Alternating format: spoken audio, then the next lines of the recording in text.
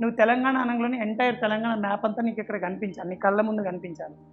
గోదావరి నది, కృష్ణా నది, తుంగభద్ర నది ఇక్కడ కలుస్తుంది, ఇక్కడ సాత్మల రేంజెస్ ఉన్నాయి, ఇక్కడ కొన్ని ఈస్టర్న్ ఘాట్స్ అక్కడ ఖమ్మం కొన్ని ప్రాంతాల్లో ఉన్నాయి అని చెప్పేసి నువ్వు మ్యాప్ అంతా కూడా నీ ఫింగర్ టిప్స్ మీద ఉండాలి. అట్లా ఫింగర్ టిప్స్ మీద నీకు ఎప్పుడు వస్తుంది?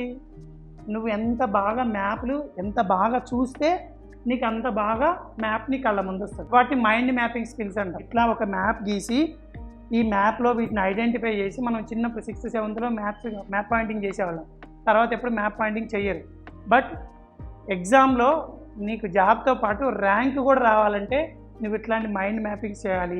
చాలామంది చెప్తారు బుక్ యూజ్ అవుతుంది చదువుకోండి అంటారు, కానీ ఎట్లా యూజ్ అవుతుందో నీకు చెప్పిన ఏమని చెప్పినా మైండ్ మ్యాపింగ్ బొమ్మల రూపంలో గుర్తుపెట్టుకోవడానికి ఉపయోగపడుతుంది. బిట్లు